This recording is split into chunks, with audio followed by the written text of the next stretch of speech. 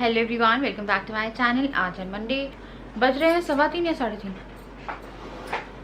ना 3:15 ना 3:30, 3:25 3:25 तो बज रहे हैं 3:25 और हम लोग कर रहे हैं जाने की तैयारी। तो 5 बजे का अपॉइंटमेंट लिया है हमने संधू जो है जहाँ से मैं करा रही थी वहाँ से, और एक अपॉइंटमेंट जो मैं उस दिन ले रही थी साहिल डायग्नोस्टिक से, वो लोग आज भी नहीं दे रहे अपॉइंटमेंट। वो बोले थे आप लोग अब हो सकता है लड़ते झगड़ते होंगे लोग, मैं तो फर्स्ट टाइम जा रही हूँ, कि आप लोग आते हो फिर नंबर नहीं होता है, टाइम लगता है तो हमसे झगड़ते हो, तो हम आपको नहीं देंगे, मतलब आप आइए और नंबर लगाइए और वेट करिए। तो उसी चीज़ से बचने के लिए कि इन केस हम वहाँ जाते हैं और टाइम लगता है या कैसा भी लगता है, सूट नहीं होता, तो हमने अपॉइंटमेंट ले ली है इनसे भी। तो यहाँ से मैं करा रही थी, तो संधू डायग्नोस्टिक है। तो ये जो है ना एक तरह से एक सेफ्टी ले लिए कि इन केस वहाँ पे हम लोग को नहीं सही लगेगा तो हम यहाँ चले जाएंगे। तो यहाँ पे ये 4:30 बजे तक खुला रहता है। नॉर्मल अल्ट्रासाउंड जो मेरा हो रहा था तो मुझे हमेशा 3-3:30 बजे की अपॉइंटमेंट मिलती थी या 4 बजे की। आज उन्होंने मुझे 5 बजे की अपॉइंटमेंट दी है। तो अभी हम लोग के पास 1.5 घंटा है कि हम साहिल वाले के पास भी जाके एक बार बात कर लेते हैं कि क्या कर रहे हैं वो लोग। अगर वहाँ पे हो जाता तो ठीक है, अदरवाइज़ हमने एक अपॉइंटमेंट लेके रखी हुई है। तो चलिए चलते हैं, टाइम हो रहा है क्योंकि वहाँ पे भी 1.5 घंटा जो है वो लगेगा। मैंने अभी बिल्कुल भी पानी नहीं पी के रखा है क्योंकि मुझे 2 सेंटर जाने हो सकता है पड़े, कि अगर मुझे फर्स्ट वाला नहीं लगेगा तो मुझे अपनी 5 बजे के अपॉइंटमेंट पर ही जाना पड़ेगा। तो उसमें मैंने पानी नहीं पिया है क्योंकि मुझे पता है कि मेरे रास्ते में हो जाएगी ऐसी की तैसी। राजा है कॉल पे, बड़े फ्री हो जाए फिर चलते हैं। तो पानी अब मैंने काढ़ा पीना शुरू करूँगी, थोड़ा सा ठंडा पानी भी लेके जाऊँगी। जो दिन है वो काफ़ी बड़ा है हम लोगों के लिए, और मैंने अपना ये फेवरेट सूट ही पहना है। ये सूट मुझे टाइट हो गया है, हर जगह से टाइट होता जा रहा है। चले हाँ तो निकल गए हैं। और मैं तो निकल गए नहीं, घर पे ही है, गाड़ी रोटेट टर्न कर रहे हैं और गर्मी ऐसी हो रही है। भुन गए यार, भुन गए ना, बोले मन ही नहीं कर रहा है बैठने का कार। तो हम लोग आ गए हैं, ये है भांग की दुकान। इसके वहाँ पे आपको एक्सरे आई थिंक दिख रहा होगा वो जो ग्रीन बोर्ड में। तो ना वहाँ पे सब लोग बाहर बैठे हुए हैं। अब मेरे को नहीं लगता है कि यहाँ पे यार क्राउड सही नहीं लग रहा है मुझे, और बाहर क्यों बैठे। तो ना जहाँ मैं जाती हूँ वहाँ पे ना अच्छे से अंदर बैठते हैं हम लोग और ठंडक रहती है। और वहाँ पर काफ़ी सारी लेडीज़ हैं और वो पानी पी रही हैं। मतलब मेरे से पहले बहुत सारी अपॉइंटमेंट है वहाँ, मैंने 5 बजे की लेके रखी, तो एग्जैक्ट मुझे 5 बजे 5:10 तक जाने मिल जाएगा। और अभी टाइम हो रहा है यहाँ पे, आई थिंक राजा मना करेंगे। अभी टाइम हो रहा है 4 बजने वाला है, तो अभी 1 घंटा है। हम लोग घर से जल्दी निकल गए थे, मेरे ख्याल से मैं नहीं कराऊंगी यहाँ पे। राजा आ गए हैं, बताइए। भीड़ देखो, एक तो खड़े होने की जगह नहीं है, क्राउड बाहर बैठा के रखा है ना धूप में। ठीक है, धूप में कोई सोशल डिस्टेंसिंग नहीं, और उसके बाद मास्क नहीं, और बोल रहे हैं कि शाम को आइएगा। मैंने हाथ जोड़े, मैंने कृपा है आपकी, अपना अच्छा वो हमने दूसरी जगह अपना अपॉइंटमेंट ले लिया। अपनी वाली जगह लिए पता है वहाँ पे क्या है। अगर आपको सोनोग्राफी करानी है जबलपुर में और मेरे कहने से चलेंगे तो go for this Sandhu diagnostic, क्योंकि यहाँ पे आपको बिना मास्क की एंट्री नहीं मिलेगी। आपके मास्क के ऊपर मास्क लगाएंगे, सोशल डिस्टेंसिंग के तहत आपको बिठाएंगे, और जो आपको टाइम दिया है वो टाइम पे आपको वो अपॉइंटमेंट दे के लाइक आपको अंदर लेके आपका पूरा सब कुछ ढंग से कर देंगे। अब हम लोग आए हैं फालूदा वाले के यहाँ, हमारे पास 1 घंटा है, तो हम लोग फालूदा लेंगे। तो राजा चॉकलेट लेंगे, मैं लूँगी वेनिला, और हम लोग चपाटी में यहाँ की खाएंगे कुछ नहीं, फालूदा ही पियेंगे। गर्मी बहुत हो रही है यार। अरे ऊपर से भरा, दबाओगे क्या, गिरेगा? नहीं मैं नहीं दबा रही, मेरे को पकड़ना आता है। मैं मेरा टेस्ट करूँ। हाँ नहीं ठीक है ना, वो तो लगेगा ही।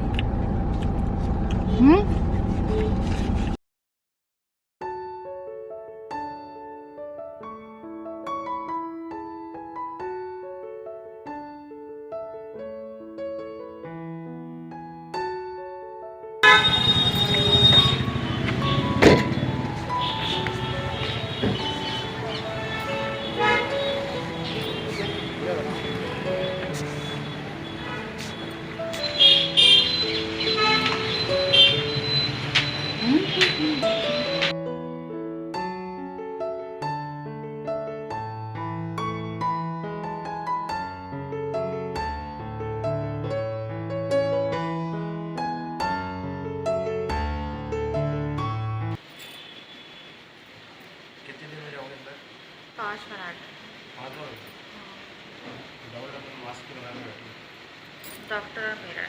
Doctor please.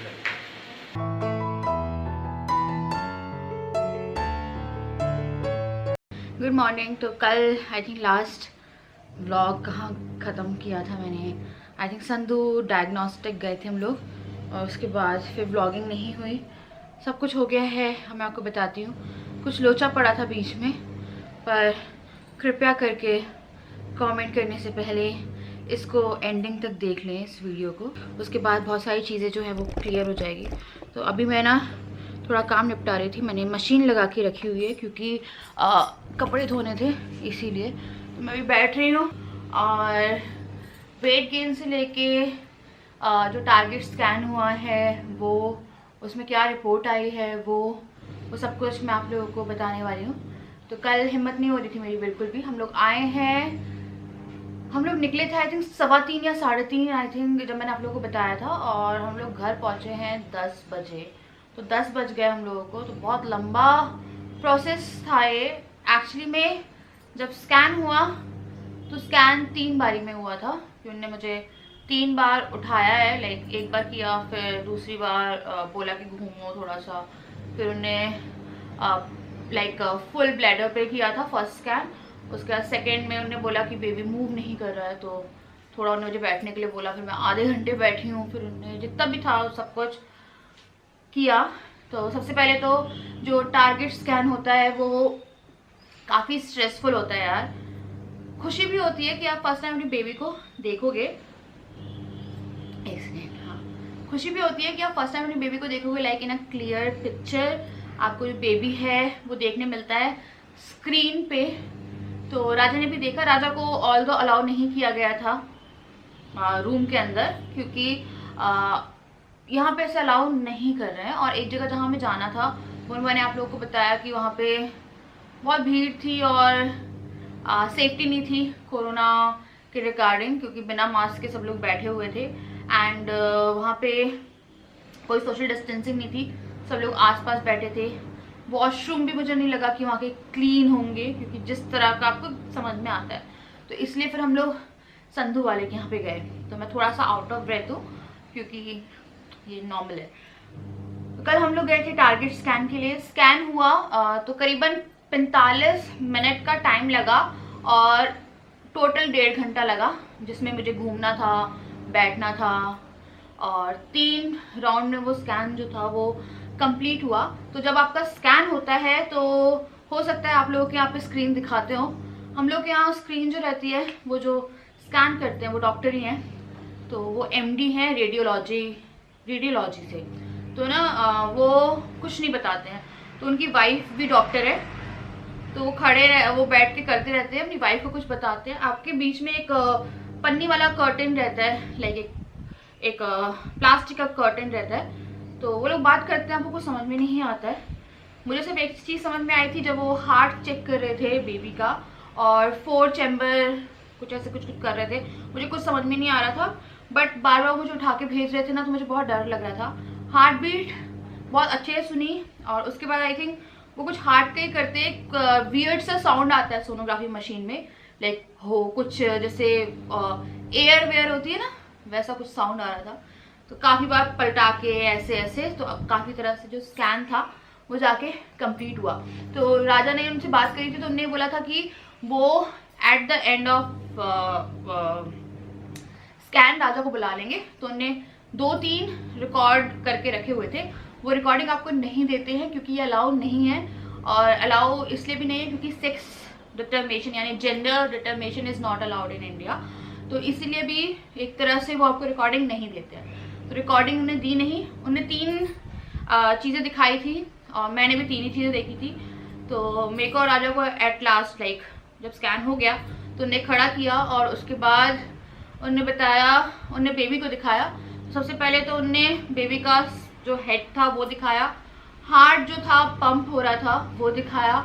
उसके बाद फिर उन्होंने बेबी का जो स्पाइन था वो दिखाया, और उसके बाद लाइक लास्ट में जो बेबी था वो ये वाली आई थिंक इंडेक्स फिंगर होती है, ये इंडेक्स फिंगर सक कर रहा था बेबी बार बार मुंह में ऐसे।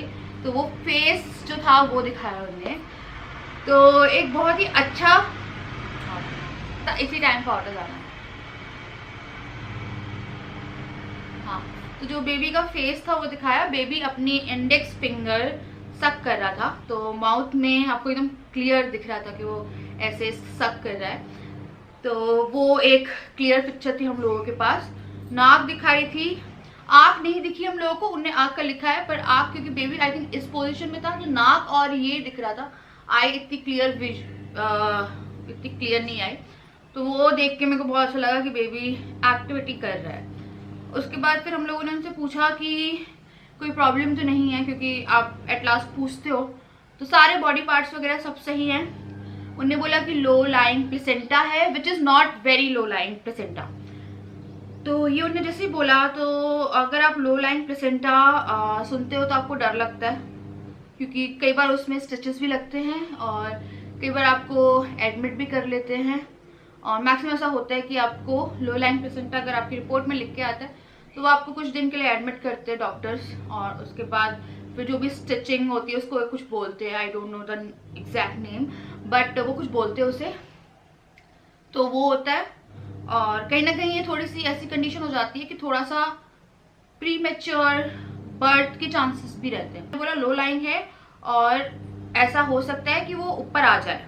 तो होता है ऐसा कि जब आपका स्कैन होता है उसके बाद वो 1 महीने में ऊपर आ जाता है, बट फिर भी आपको डर लगता है ना कि यार आपका 5वां महीना चल रहा है, लाइक मैं अपने मिड में हूँ 5th मंथ के, मुझे लगा यार अभी तक ऊपर आ जाना चाहिए था, क्योंकि 12 वीक की सोनोग्राफी जब आप कराते हो तो मैक्सिमम लोगों का लो लाइन प्लेसेंटा आता है। तो उन्होंने उस टाइम पे मेंशन किया था लो लाइन प्लेसेंटा, जो कि मेरी डॉक्टर ने नोटिस भी नहीं किया और उन्हें कुछ बोला भी नहीं था, क्योंकि उन्हें लगा था कि वो ऊपर आ जाएगा।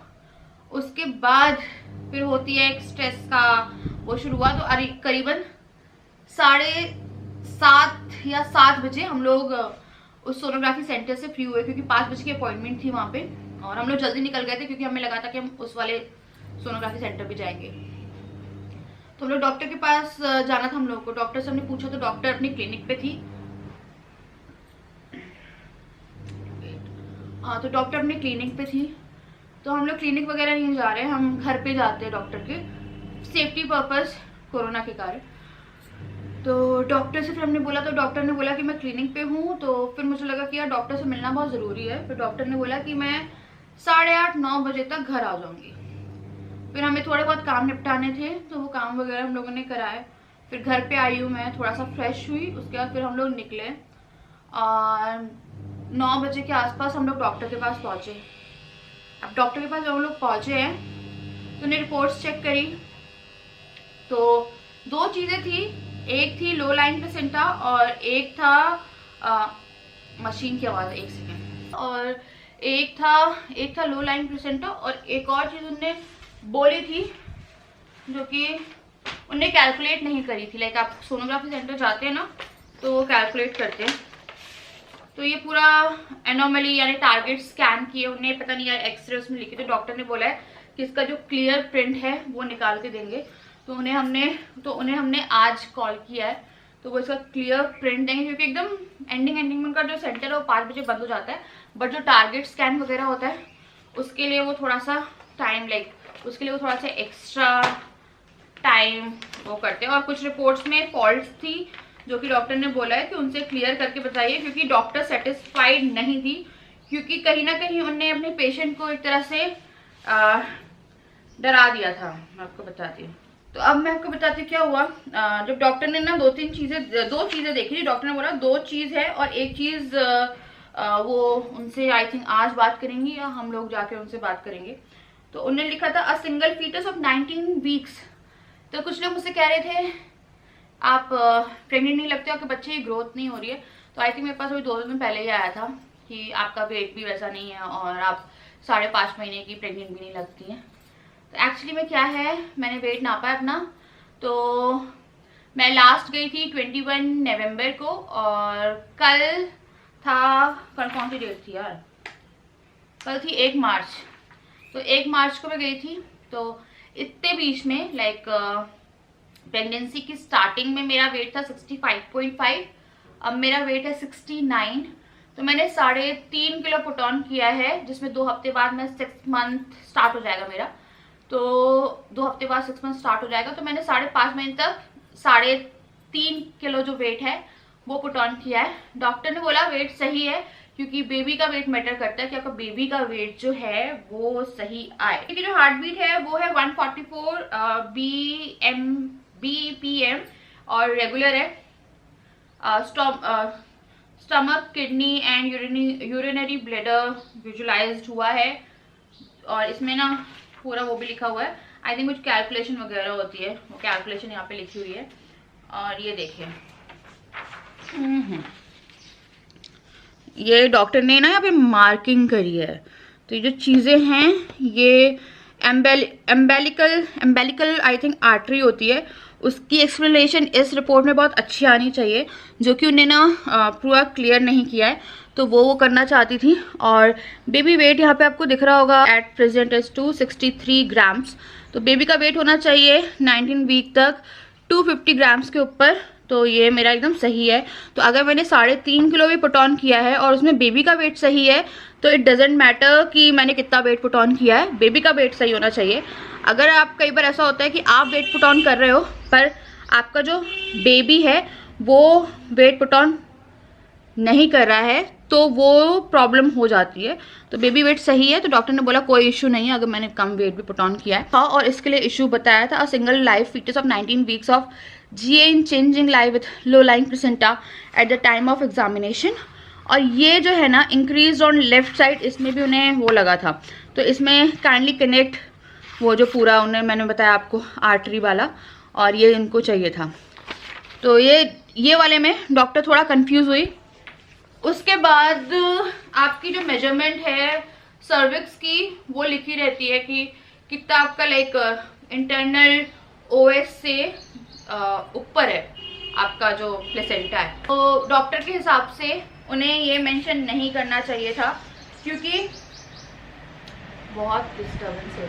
तो डॉक्टर के हिसाब से उन्हें इम्प्रेशन में लो लाइंग प्लेसेंटा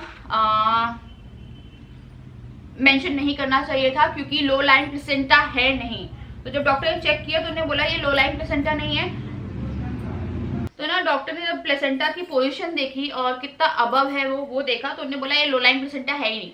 तो उनके हिसाब से सोनोग्राफी वाले ने ना जो लिखा था लो लाइंग प्लेसेंटा, वो लो लाइंग प्लेसेंटा था नहीं। जब डॉक्टर ने मेजरमेंट चेक करी, यहाँ से आपकी रिपोर्ट में लिखा रहता है कि आपका प्लेसेंटा कहाँ पे लाई कर रहा है, लाइक अबव इंटरनल OS से कितने ऊपर वो लाई कर रहा है। तो डॉक्टर ने बोला कि एकदम गलत लिखा है, क्योंकि जब मैं डॉक्टर के पास गई थी मैं बहुत घबरा गई थी। मुझे लगा था कि मैं आज एडमिट होने वाली हूँ, क्योंकि कुछ ना कुछ होने वाला है, मतलब कि इसके रिगार्डिंग। तो डॉक्टर ने बोला कि अगर मैं नहीं होती और कोई आपकी ये रिपोर्ट पढ़ता जिसमें लो लाइंग प्लेसेंटा लिखा है, तो आपको वो 10-15 दिन के लिए एडमिट करता, फिर आपके स्टिचेस लगते, फिर आपको बेड रेस्ट पे भेज दिया जाता। पर जो उनने इंप्रेशन डाला है सोनोग्राफी वाले की, यहाँ पे बहुत बड़ी गलती डॉक्टर ने मेंशन करी कि उन्हें ये नहीं लिखना चाहिए था, क्योंकि एक बहुत बड़ी चीज होती है। और उन्हें 12 वीक की भी लो लाइंग प्लेसेंटा मेंशन किया था, और उन्हें बोला 12 वीक बहुत ज्यादा अर्ली होती है प्लेसेंटा की पोजीशन को डिफाइन करने के लिए, क्योंकि स्टार्टिंग में लो होता है, देन इट विल ग्रेजुअली ना ऊपर जाना शुरू कर देता है, like it will gradually go upward. तो ना उन्होंने बोला कि लो लाइन प्लेसेंटा नहीं है, जब उन्हें रीडिंग पड़ी यहाँ से और यहाँ पे इम्प्रेशन मेंशन थे। तो मैंने डॉक्टर से बोला कि मैं इतना डर गई थी, मुझे लगा था कि आज ऐसा कुछ होने वाला है कि मैं जाऊंगी और कुछ ना कुछ होगा, क्योंकि लो लाइन प्लेसेंटा प्रीवियस सुना होगा आपने, अगर बहुत ज्यादा लो लाइन हो जाता है तो काफी ज्यादा रिस्क आ जाती है उस पर। तो डॉक्टर ने बोला टेंशन मत लो, कुछ भी नहीं है ऐसा, वो सोनोग्राफी वाले की गलती है, और सोनोग्राफी वाले की गलती के कारण अगर आप किसी हॉस्पिटल में जाके रिपोर्ट दिखाती और वो लो लाइन देखते तो वो आपको एडमिट कर लेते। I was very sure. उन्होंने मुझसे बोला कि उससे, यहाँ पे आपने देखिए यहाँ पे लिखा है ना, अंडरलाइन लगाई है, तो उन्होंने मुझसे बोला कि ये जाके आप बोलेगा कि आपने इंप्रेशन में ये डाला क्यों, क्योंकि जब मैं सोनोग्राफी वाले से ही पूछ रही थी तो उन्होंने बोला लो लाइन है प्लस पर बहुत लो लाइन नहीं है। उन्होंने ये चीज मेंशन करी थी, लो लाइन है बट ज्यादा लो लाइन नहीं है, पर उसके बाद भी उन्होंने ये डाला। तो ये मुझे एक सीरियस इशू क्रिएट कर सकता था अगर मैं किसी हॉस्पिटल चली जाती, और मुझे लगा था यार आज कुछ हो जाएगा ऐसा, पर डॉक्टर ने बोला कि वो ऊपर आ जाएगा। फिर डॉक्टर ने जब चेक किया ना, तो डॉक्टर आपका बहुत अच्छे से चेक कर लेती है, तो उन्होंने बताया कि मेरी यूट्रस जो है वो यहाँ तक आ गई है। पहले 1 महीने पहले वो नीचे थी, अब यूट्रस भी जो है वो आपकी धीरे धीरे ऊपर आती है, तो प्लेसेंटा ऊपर आता है। तो उन्होंने बोला कोई इशू नहीं है आपके प्लेसेंटा में, तो एट लास्ट डॉक्टर ने कंफर्म किया जब हम दिखाते, क्योंकि स्ट्रेस तो हो रहा था यार, क्योंकि लो लाइन प्लेसेंटा बहुत खतरनाक चीज़ हो जाती है, आपको फुल बेड रेस्ट जाना पड़ता है और कभी कभी ब्लीडिंग शुरू हो जाती है लो लाइन प्लेसेंटा के कारण, और कभी कभी ऐसा होता है कि लाइफ थ्रेटनिंग भी हो जाता है लो लाइन प्लेसेंटा। तो बहुत सारी चीज़ें होती है, पर डॉक्टर ने बोला कि टाइम के साथ चला जाएगा, कोई प्रॉब्लम नहीं है। क्योंकि जब डॉक्टर ने देखा सब कुछ तो डॉक्टर ने बोला कि उन्हें मेंशन ही नहीं करना चाहिए था, तो क्योंकि रीडिंग के अकॉर्डिंग लो लाइन नहीं है और अकॉर्डिंग टू उनके इम्प्रेशन उन्होंने लो लाइन डाल दिया, विच इज चलो ठीक है, डॉक्टर ने क्लियर कर दिया। ये सब कुछ सही है, मतलब बेबी का फेस, नेक, स्पाइन, चेस्ट, ठीक है, और सब कुछ, किडनीज वगैरह सब है, और किडनीज और लंग्स और जो भी सब चीज़ें हैं ना वो है। The finger, all 4 limbs are visualised, no evidence of club foot. अब क्या है देखिए यार, इन्हें एक्सरे के पेपर में निकाल के दे दिया, उन्होंने बोला कि उनसे बोले कि वो क्लियर फोटो जो है वो निकाल के देंगे। तो ये मेरा स्कैन है, लास्ट जो स्कैन हुआ है आप लोगों की दुआ से। बस एक जगह हम लोग फंसे थे जहाँ पे हम लोगों को लगा था कि लो लाइन है और वो लो लाइन नहीं था, जब डॉक्टर ने चेक किया, क्योंकि वो सोनोग्राफी वालों के हिसाब से वो टेंशन की बात नहीं थी, मतलब वो इतना सीवियर था नहीं जितना उसमें मेंशन है। तो आप लोगों की ब्लेसिंग से और प्रेयर से जो मेन स्कैन था दैट इज टारगेट, तो सब कुछ एकदम नॉर्मल आया है। बेबी सही है, बेबी का हार्ट सही है, बेबी की लंग्स, किडनी और स्पेस, हाथ, स्पाइन सब सही है। तो बेबी का कोई इशू नहीं है। बेबी का वेट जो है वो भी बहुत अच्छे से बढ़ रहा है, मैंने आपको दिखाया 250 ग्राम्स होना चाहिए, 263 ग्राम्स है। और मेरा वेट जो है हाँ वो इतना नहीं बढ़ा है, 3.5 किलो, क्योंकि मैं ना बहुत फिजिकली एक्टिव रहती हूँ, मैं योगा भी कर रही हूँ। मैंने आपको बताया था सेकेंड ट्राइमेस्टर से आते ही मैंने योगा शुरू कर दिया था, तो मैं फिजिकली काफ़ी एक्टिव हूँ। मैंने बाहर का खाना छोड़ के रखा है। मैंने लास्ट 18 को खाया था जब हम लोग की एनिवर्सरी थी, और उसके लिए ही बहुत सारे इश्यूज क्रिएट हो रहे थे कि यार मैं बाहर खा रही हूँ, यार अपनी एनिवर्सरी पे मैं खा सकती थी। कल हम लोग पूरे दिन बाहर थे, मैंने जूस ले लिया, मैंने फालूदा लिया, वो भी पूरा नहीं पिया था, तो मैंने फालूदा ले लिया, मैंने जूस ले लिया, पर मैंने बाहर का नहीं खाया। बाहर का मैं अवॉइड कर रही हूँ, लाइक जंक मैं अवॉइड कर रही हूँ, और घर में बना रही हूँ। मैंने आके घर में ही खाना बनाया था, तो घर ही का खा रही हूँ। मैं काफ़ी हेल्दी खा रही हूँ, मैं ना अंट शंट अब नहीं खा रही हूँ, एक वो भी रीज़न है। तो मेरी हाइट भी अच्छी है, इसलिए मैं बहुत ज़्यादा दिखता नहीं है कि आपको लगे कि यार 6वां महीना शुरू हो जाएगा थोड़े टाइम बाद। मेरी इतनी बड़ी बेली नहीं है, तो डॉक्टर को मैंने इस बारे में बोला कि मुझे लगता है कि जिनका 2 हफ्ते बाद 6वां महीना शुरू होने वाला होता है वो काफ़ी ज़्यादा शो करती है, लाइक उनकी बेली बहुत ज़्यादा दिखती है। तो डॉक्टर ने बोला कि आपकी फर्स्ट प्रेगनेंसी है, और मैं योगा वगैरह भी करती थी ना, तो मैं काफ़ी इस तरह से फिट रही हूँ। मैं बहुत ओवर वेट नहीं रही हूँ कि मैं ओवर वेट हूँ या कुछ हूँ, तो ना उस हिसाब से जो आपका बॉडी का स्ट्रक्चर है उस हिसाब से आपका जो बेली है वो शो होती है। कुछ लोगों को 7-8 किलो भी इस टाइम तक वेट पुट ऑन हो जाता है, क्योंकि होल प्रेगनेंसी में कुछ लोग 15 से 18 kg का वेट पुट ऑन करते हैं। तो क्या है, आपको खाना है, आपको अपने बेबी के वेट को बढ़ाने के लिए खाना है। आपको ये नहीं है कि आपको सब कुछ ठूसना है कि यार बस खाना है। हेल्दी रहना है eight the end of pregnancy, कि आपको लगे कि हाँ आप हेल्दी, आपने एक हेल्दी बेबी को जन्म दिया है। तो मैं काफ़ी सेटिस्फाइड हूँ। 5.5 महीने, 19 वीक मुझे कल से शुरू हुआ है, तो 5.5 महीने जो है वो काफ़ी स्मूथली निकल गए। मेरा वेट ज़्यादा पुट ऑन नहीं हुआ, मैं एक कहते ना अच्छे क्राइटेरिया, मतलब एक अच्छे उसमें फॉल हो रही हूँ। बेबी का वेट भी सही है उसमें। मैंने प्रोटीन काफ़ी लिया है, तो अगर आप भी मेरी तरह से अभी कुछ प्रेग्नेंट हो तो मैं आपको कुछ एडवाइस दे सकती हूँ, तो मैं ज़रूर दूंगी कि मैं क्या खा रही हूँ, क्या पी रही हूँ। तो बाहर का सबसे पहले आपको बंद करना पड़ेगा। 18 को खाया था और 2 मार्च में मैंने कुछ भी बाहर का अंटशंट, लाइक एक पकौड़ा या एक छोटी सी चीज़ नहीं खाई होगी। मीठा मैं खाती नहीं हूँ, मुझे मीठे की बिल्कुल क्रेविंग नहीं होती है, तो मैं मीठा नहीं खाती हूँ। मैं दूध लेती हूँ, मैं बिना शुगर का दूध लेती हूँ।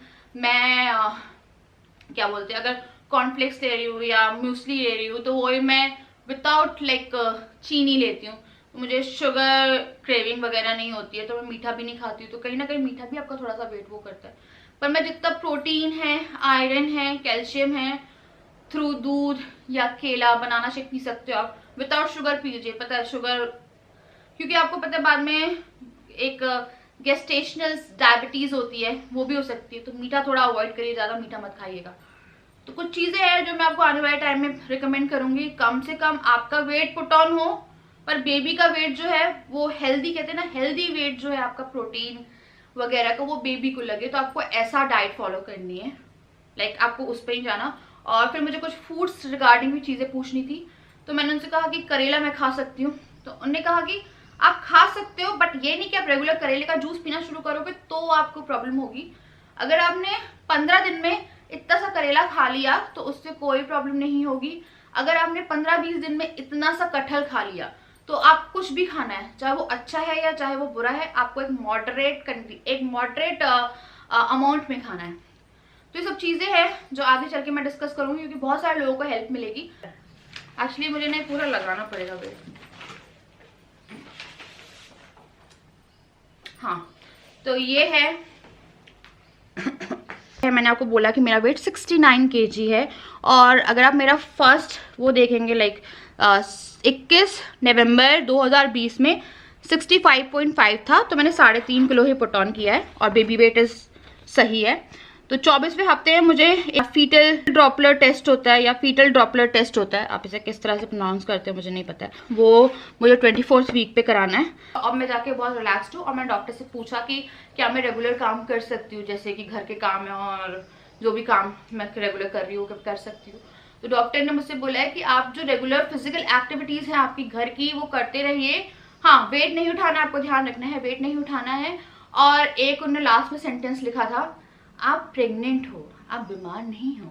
तो यही मैं आप लोगों से बोलती हूँ, प्रेग्नेंट हो, बीमार नहीं हो, बट अगर आपके साथ कोई भी कंडीशन है तो फिर आप बेड रेस्ट करिए, क्योंकि फिर वो गलत है कि फिर आप अगर वो टार्जन या कुछ बन रहे हो घर के अंदर, तो फिर अलग चीज़ है। तो थैंक यू सो मच। और जो भी डर थे वो सब खत्म हो गए। बेबी इज एब्सोल्युटली फाइन, और ग्रोथ भी सही है, सब सही है। और बस थैंक यू सो मच, आप लोगों ने मेरे लिए इतनी दुआ करी, इतना वो करा। मुझे पता है सच में परसों बहुत डर लग रहा था, तो मैं सोच के रखा था कि यार मैं 2 दिन ब्लॉग नहीं करूँगी, तो मैंने संडे ब्लॉग नहीं किया। और 1 मार्च को भी मैंने थोड़ा बहुत जो शूट किया था वो किया, उससे ज़्यादा नहीं। पर अब मैं रिलैक्स्ड हूँ, और मैं आपसे मिलती हूँ अगले वीडियो में। ये वीडियो थोड़ी लंबी हो गई होगी क्योंकि मैं आपको रिपोर्ट्स वगैरह दिखा रही थी। Thank you so much, bye bye.